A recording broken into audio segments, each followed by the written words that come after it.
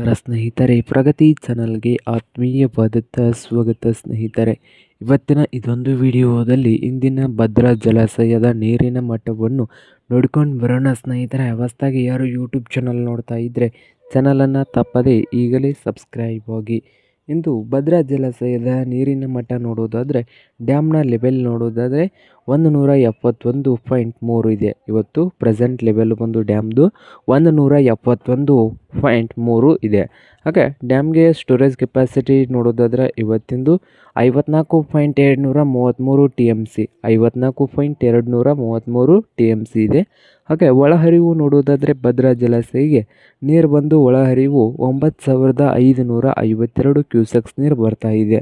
9,552 cusecs ನೀರು ಇಂದು ಭದ್ರಾ ಜಲಾಶಯಕ್ಕೆ ಬರ್ತಾ ಇದೆ ನೋಡಿ ವೀಕ್ಷಕರೇ. ಹಾಗೆ ಹೊರಹರಿವು ಬಂದು 200 ಕ್ಯೂಸೆಕ್ಸ್ ನೀರು ಮಾತ್ರ ಹೊರಗಡೆ ಹೋಗ್ತಾ ಇದೆ.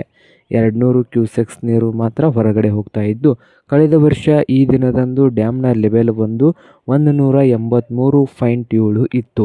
ಹಾಗೆ ಸ್ಟೋರೇಜ್ ಕೆಪಾಸಿಟಿ ಕಳೆದ ವರ್ಷ ಈ ದಿನದಂದು 68.522 TMC ಇತ್ತು.